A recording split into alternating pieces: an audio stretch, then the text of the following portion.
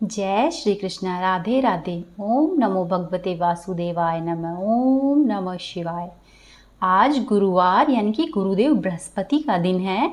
इस दिन विष्णु जी का व्रत रखने और पाठ करने से मनुष्य को सभी प्रकार के कष्टों से मुक्ति मिलती है।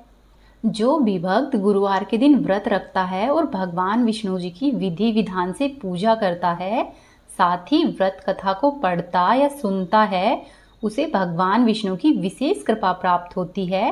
इस व्रत को करने से व्यक्ति के सभी प्रकार के कष्ट दूर होते हैं और सुखों की प्राप्ति होती है। आइए अब शुरू करते हैं गुरुवार की व्रत कथा। बहुत समय पहले की बात है। भारतवर्ष में एक प्रतापी और दानी राजा राज्य करता था। वह राजा नित्य ही गरीबों और ब्राह्मणों की सहायता किया करता। यह बात उसकी रानी को अच्छी नहीं लगती थी। वह न ही गरीबों को दान देती और न ही भगवान आदि का पूजन किया करती और राजा को भी दान देने से मना किया करती थी। एक दिन राजा शिकार खेलने के लिए वन में गए हुए थे और रानी महल में अकेली थी। उसी समय पर बृहस्पति देव साधु के वेश में राजा के महल में भिक्षा मांगने के लिए गए और वहां पर जाकर उन्होंने भिक्षा मांगी। रानी ने भिक्षा देने से इनकार कर दिया और कहा कि हे साधु महाराज, मैं तो दान पुण्य से तंग आ गई हूँ। मेरा पति भी सारा धन लुटाते रहते हैं। मेरी यह इच्छा है कि हमारा धन नष्ट हो जाए, फिर न रहेगा बांस और न ही बजेगी बांसुरी। उसकी ऐसी बात सुनकर साधु ने कहा कि हे देवी, तुम तो बड़ी विचित्र हो। धन संतान ये तो सभी चाहते हैं। पुत्र और लक्ष्मी तो पापी को भी अपने घर में चाहिए होती है। यदि तुम्हारे पास धन है तो भूखों को भोजन दो, प्यासों के लिए प्याऊ बनवाओ, मुसाफिरों के लिए धर्मशालाएं खुलवाओ और जो निर्धन अपनी कुंवारी कन्याओं का विवाह नहीं कर सकते उनका विवाह करा दो। ऐसे और कई काम हैं जिनको करने से तुम्हारा यश लोक और परलोक में फैलेगा। परंतु रानी पर साधु महाराज के उपदेश का कोई प्रभाव नहीं पड़ा। वह बोली कि महाराज, आप मुझे कुछ नहीं समझाइए। मैं ऐसा धन नहीं चाहती जो कि हर जगह पर बांटती फिरूं। तब साधु महाराज ने उत्तर दिया कि ठीक है, यदि तुम्हारी ऐसी ही इच्छा है तो तथास्तु। तुम ऐसा करना कि बृहस्पतिवार को घर लीपकर पीली मिट्टी से अपना सिर धोकर स्नान करना, भट्टी चढ़ाकर कपड़े धोना। ऐसा करने से तुम्हारा सारा धन शीघ्र ही नष्ट हो जाएगा। इतना कहकर वह साधु महाराज वहां से अंतर्धान हो गए। साधु के कहे अनुसार ही रानी ने अगले 3 बृहस्पतिवारों तक वैसा ही किया। 3 बृहस्पतिवार बीते ही थे कि धीरे धीरे उसकी समस्त धन और संपत्ति का विनाश हो गया। भोजन के लिए भी राजा का परिवार तरसने लगा। तब एक दिन राजा ने रानी से कहा कि हे रानी, तुम यहीं पर रहो। मैं ऐसा करता हूँ, मैं दूसरे देश को जाता हूँ, क्योंकि यहाँ पर तो सभी लोग मुझे जानते हैं। इसीलिए यहाँ पर मैं कोई छोटा कार्य नहीं कर सकता। ऐसा कहकर राजा परदेश चला गया। वहां पर वह राजा जंगल से लकड़ी काट कर लाता और शहर में बेचता। इस तरह से वह अपना जीवन व्यतीत करने लगा। इधर राजा के परदेश जाते ही रानी और दासी दोनों दुखी रहने लगे। एक बार जब रानी और दासी को 7 दिन तक बिना भोजन के रहना पड़ा, तो रानी ने अपनी दासी से कहा कि हे दासी, पास ही के नगर में मेरी बहन रहती है। वह बड़ी धनवान है। तू ऐसा कर, उसके पास जा और वहां से हमारे लिए कुछ खाने को लेकर आ जा, ताकि कुछ थोड़ा बहुत गुजारा हो जाए। दासी ऐसा सुनकर रानी की बहन के पास चली गई। जिस दिन दासी रानी की बहन के पास गई, वह दिन गुरुवार का दिन था और रानी की बहन उस समय बृहस्पतिवार व्रत की कथा सुन रही थी। दासी ने रानी की बहन को अपनी रानी का संदेश दिया, लेकिन रानी की बड़ी बहन ने कोई उत्तर नहीं दिया। जब दासी को रानी की बहन से कोई उत्तर नहीं मिला, तो वह अत्यधिक दुखी हुई और उसे क्रोध भी आया। दासी ने वापस आकर वहां पर जो कुछ भी घटना घटी, सारी बात रानी को कह सुनाई। यह सुनकर रानी ने अपने भाग्य को कोसा। उधर दूसरी तरफ रानी की बहन ने सोचा कि मेरी बहन की दासी आई थी, परंतु मैं उससे नहीं बोली। ऐसा सोचकर वह बहुत दुखी हो गई। कथा सुनकर और पूजन समाप्त करके वह अपनी बहन के घर आई और कहने लगी कि हे बहन, मैं बृहस्पतिवार का व्रत कर रही थी, तुम्हारी दासी मेरे घर आई थी, परंतु तब तक कथा होती है तब तक न तो उठते हैं और न ही बोलते हैं, इसीलिए मैं तुम्हारी दासी से नहीं बोली। अब तुम कहो दासी क्यों गई थी? तब रानी बोली कि बहन, तुमसे क्या छिपाऊं, हमारे घर में खाने तक को अनाज नहीं था। ऐसा कहते कहते रानी की आंखें भर आई। उसने दासी समेत पिछले 7 दिनों से भूखा रहने तक की बात अपनी बहन को कह सुनाई। तब रानी की बहन बोली कि देखो बहन, भगवान बृहस्पति देव सबकी मनोकामना को पूर्ण करते हैं। देखो, शायद तुम्हारे घर में कहीं पर अनाज रखा हुआ हो। पहले तो रानी को विश्वास नहीं हुआ, पर बहन के आग्रह करने पर उसने अपनी दासी को अंदर भेजा तो सचमुच में ही अनाज से भरा हुआ एक घड़ा मिल गया। यह देखकर दासी को बड़ी हैरानी हुई। दासी रानी से कहने लगी कि हे रानी, जब हमको भोजन नहीं मिलता था तो हम व्रत ही तो करते थे, इसीलिए क्यों न इनसे व्रत और उसकी कथा व उसकी विधि भी पूछ ली जाए, ताकि हम भी इस व्रत को रख सकें। तब रानी ने अपनी बहन से बृहस्पतिवार व्रत के बारे में पूछा।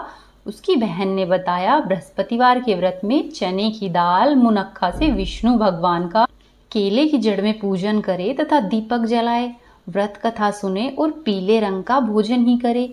इससे बृहस्पति देव प्रसन्न होते हैं। व्रत और पूजन की विधि बताकर रानी की बहन अपने घर पर लौट आई।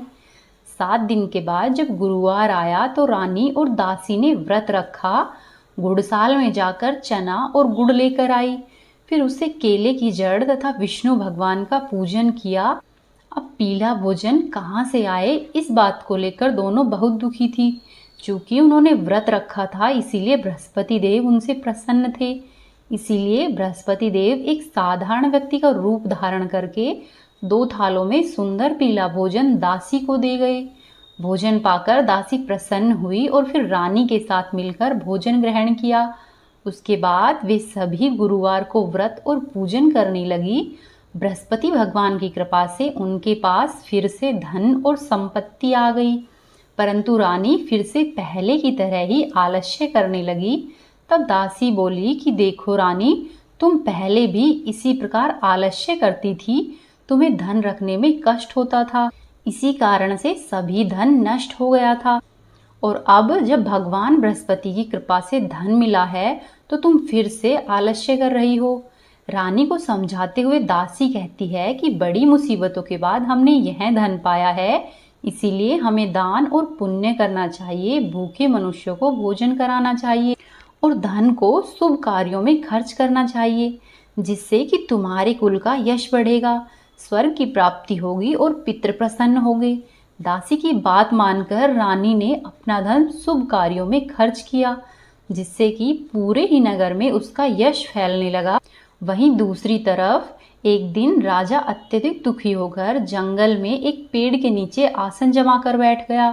वह अपनी दशा को याद करके व्याकुल होने लगा। उस दिन बृहस्पतिवार का दिन था। एकाएक उसने देखा कि निर्जन वन में एक साधु प्रकट हुए। वह साधु वेश में स्वयं बृहस्पति देव थे। वे उस लक्कड़हारे बने हुए राजा के सामने आए और बोले कि हे लक्कड़हारे, इस सुनसान जंगल में तू चिंता में मग्न क्यों बैठा हुआ है?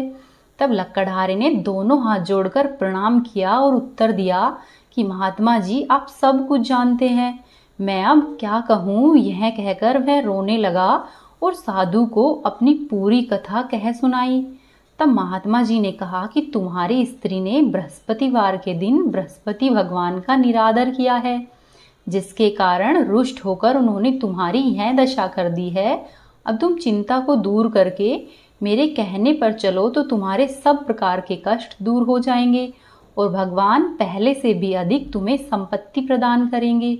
तुम बृहस्पतिवार के दिन कथा किया करो, 2 पैसों के चने मुनक्खा लाकर उनका प्रसाद बनाओ और शुद्ध जल से लोटे में शक्कर मिलाकर अमृत तैयार करो। कथा के पश्चात अपने सारे परिवार और सुनने वाले प्रेमियों में अमृत व प्रसाद बांटकर स्वयं भी ग्रहण करना। ऐसा करने से भगवान तुम्हारी सभी प्रकार की मनोकामना पूरी करेंगे। साधु के ऐसे वचन सुनकर वह लक्कड़हारा बोला कि हे प्रभु, मुझे लकड़ी बेचकर इतना पैसा नहीं मिलता जिससे कि भोजन के बाद कुछ बचा सकूं। मैंने रात्रि में अपनी स्त्री को व्याकुल देखा है। मेरे पास कुछ भी नहीं है जिससे कि मैं उसकी खबर मंगा सकूं। तब साधु ने कहा कि हे लकड़हारे, तुम किसी बात की चिंता मत करो। बृहस्पतिवार के दिन तुम रोजाना की तरह ही लकड़ियां लेकर शहर को जाओ। तुमको रोज से दुगना धन प्राप्त होगा, जिससे कि तुम भली भांति भोजन कर लोगे तथा बृहस्पति देव की पूजा का सामान भी आ जाएगा। इतना कहकर साधु महाराज अंतर्धान हो गए। धीरे धीरे समय व्यतीत होने लगा और फिर अगले बृहस्पतिवार का दिन आया। लकड़हारा जंगल से लकड़ियां काटकर शहर में बेचने गया। उस दिन उसे अन्य दिनों की तुलना में अधिक पैसा मिला। लकड़हारे ने चना, गुड़ इत्यादि लाकर गुरुवार का व्रत किया। उस दिन से उसके सभी प्रकार के दुख दूर हुए।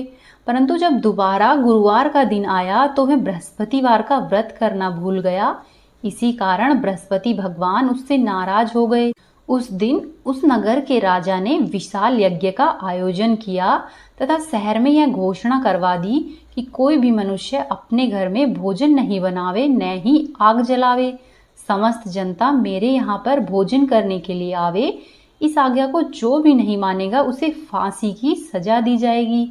इस तरह की घोषणा उस नगर के राजा ने संपूर्ण ही नगर में करवा दी।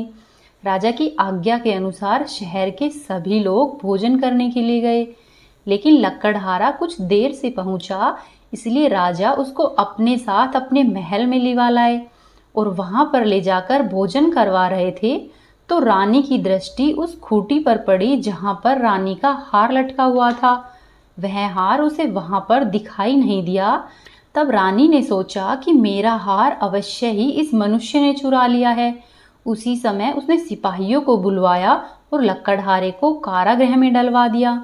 अब वह लकड़हारा कारागृह में रहने लगा और बहुत ही दुखी होकर विचार करने लगा कि न जाने मेरे कौन से पूर्व जन्म का कर्म है जिससे कि मुझे यह दुख मिला है। और उसी साधु को याद करने लगा जो कि जंगल में मिला था। उसी समय तत्काल ही बृहस्पति देव साधु के रूप में प्रकट हुए और उसकी दशा को देखकर कहने लगे कि अरे मूर्ख, तूने बृहस्पति देव की कथा नहीं की, इस कारण तुझे यह दुख प्राप्त हुआ है। अब ऐसा कर, तू चिंता मत कर। बृहस्पतिवार के दिन कारागृह के दरवाजे पर 4 पैसे पड़े मिलेंगे।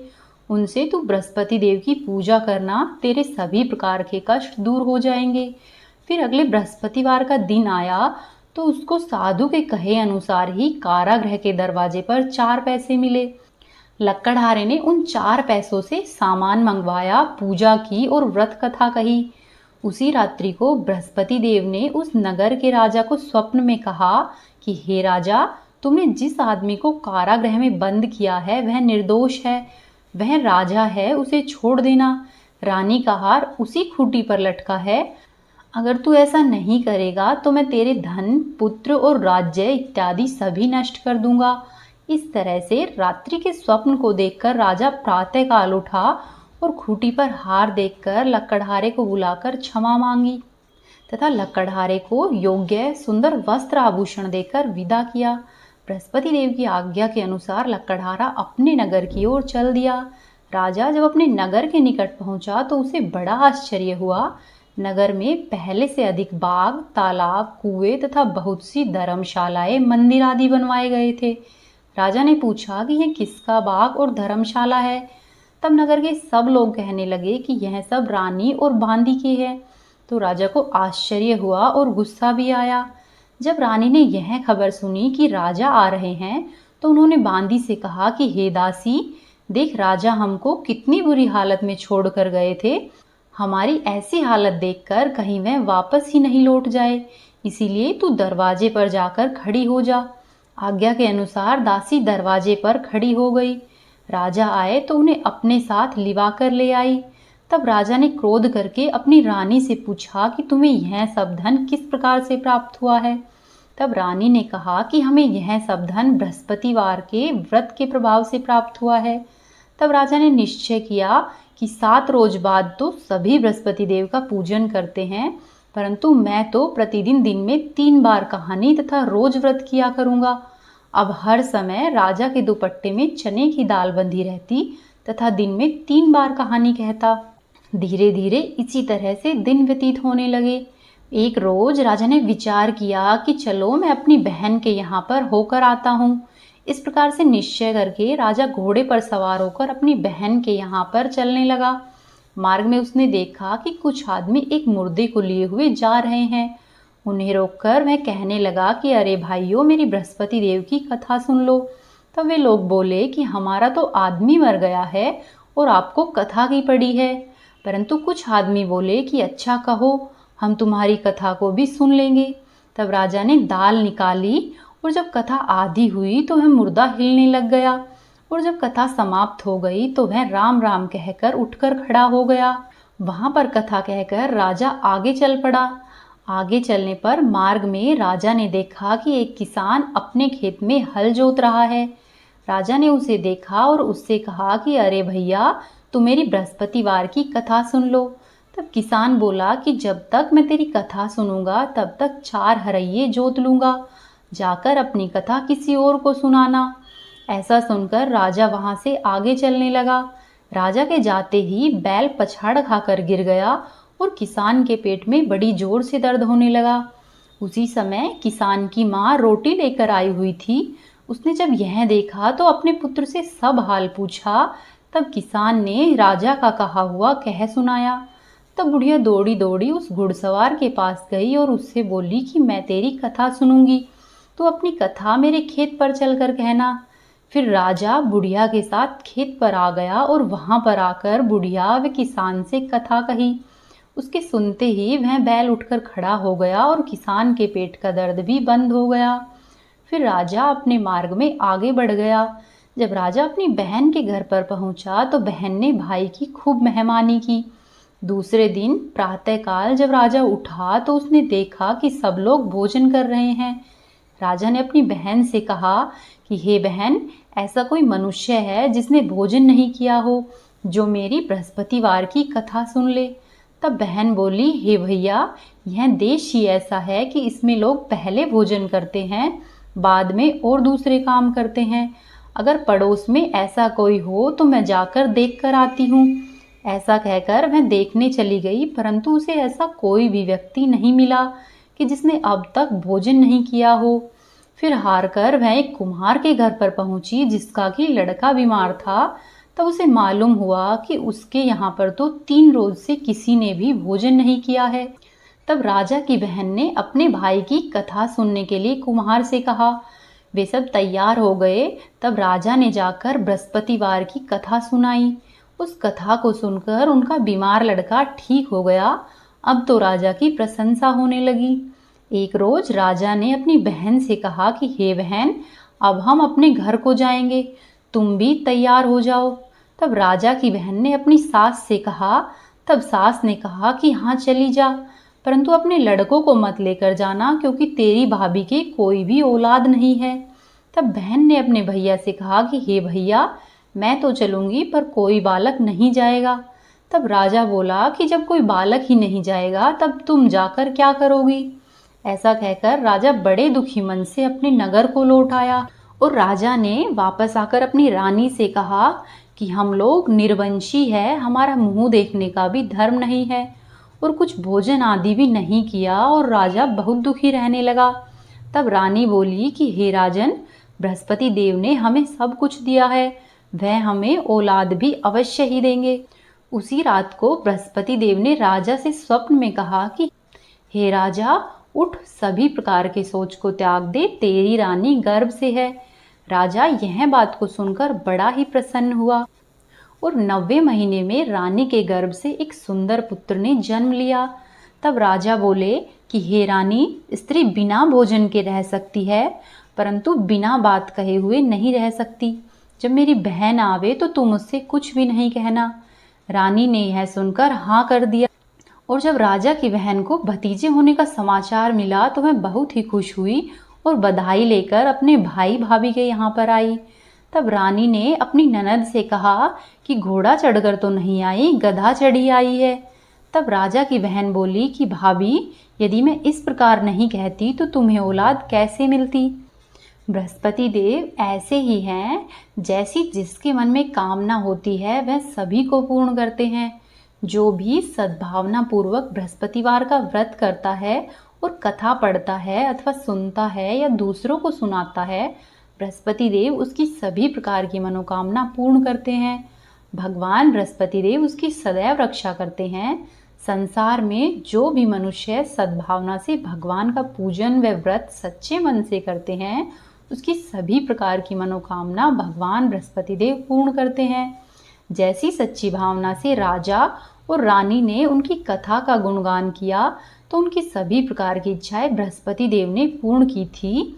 इसलिए पूरी कथा सुनने के बाद प्रसाद अवश्य ही ग्रहण करना चाहिए व सच्चे मन से प्रभु का जयकारा करना चाहिए।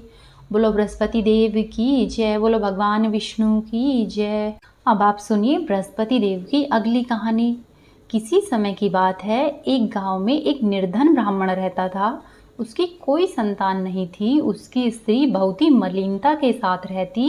वह न तो स्नान करती व न ही किसी देवता का पूजन किया करती। उसकी इस बात से ब्राह्मण अत्यधिक दुखी थे। बेचारे अपनी स्त्री से बहुत कुछ कहते, किंतु उसका कुछ भी परिणाम नहीं निकलता। भगवान की कृपा से ब्राह्मण की स्त्री को कन्या के रूप में एक रत्न प्राप्त हुआ। कन्या बड़ी होने पर प्रातः ही स्नान करके भगवान विष्णु का जाप करती व बृहस्पतिवार का व्रत करने लगी।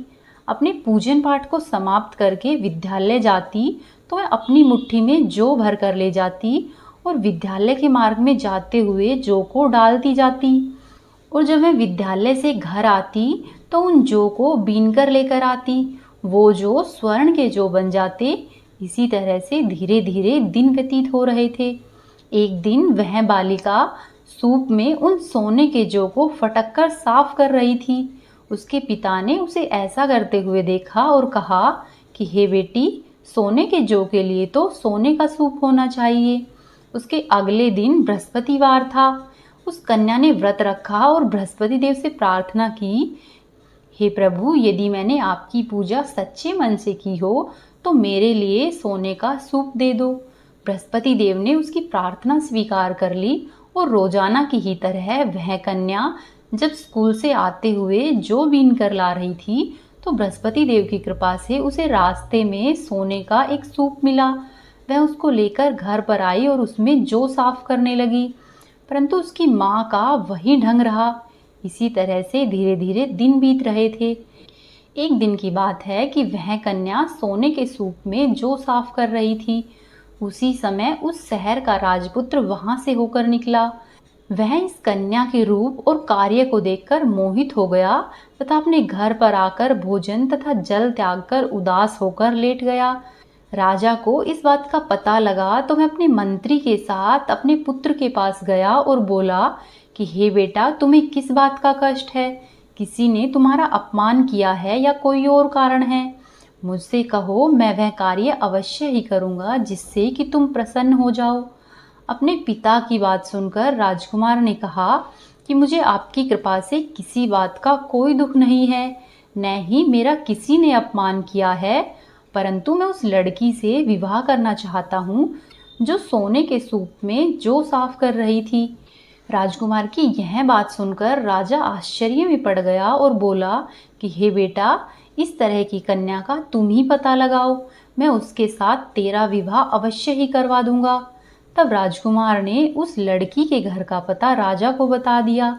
तब राजा के मंत्री उस लड़की के घर की ओर गए और ब्राह्मण देवता को सभी हाल कह सुनाया। तब ब्राह्मण राजकुमार के साथ अपनी कन्या का विवाह करने के लिए तैयार हो गया तथा विधि विधान के अनुसार ब्राह्मण की कन्या का विवाह राजकुमार के साथ हो गया। कन्या के घर से जाते ही पहले की ही तरह उस ब्राह्मण देवता के घर में गरीबी का निवास हो गया। अब भोजन के लिए भी अन्न बड़ी मुश्किल से मिलता था। एक दिन दुखी होकर ब्राह्मण देवता अपनी पुत्री के पास गए। बेटी ने पिता की दुखी अवस्था को देखा और अपनी माँ का हाल पूछा।